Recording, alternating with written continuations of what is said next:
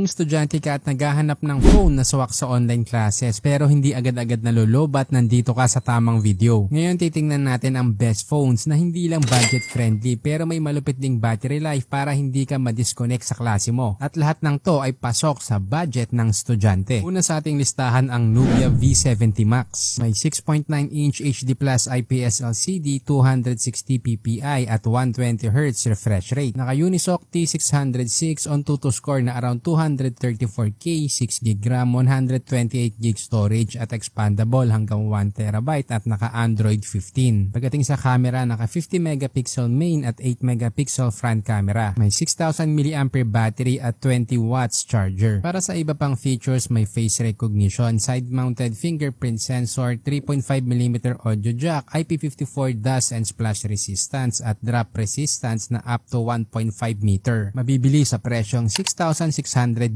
pesos. Ang susunod naman sa ating listahan ay ang Redmi 14C. May 6.88-inch HD Plus IPS LCD, 260 ppi at 120Hz refresh rate. Naka-Helio G81 Ultra on 2 score na around 262K, 4GB RAM, 128GB storage at naka-Android 14. Pagdating sa camera, naka 50 megapixel main camera, 2 megapixel depth sensor. Kaya mag-video recording ng 1080p at 30 fps at may 13 megapixel front camera. Idagdag mo pa ang 5,160 mAh battery at 18 watts charger. May SRP na 4,999 pesos. Gumawa rin kami ng FB group na smartphone tips. Dito i-guide ka namin para piliin ang best smartphone para sa budget mo. Plus kami na din ang maghahanap ng discount at trusted store online. Again, exclusive lang to sa mga bumibili online at gusto ng discount.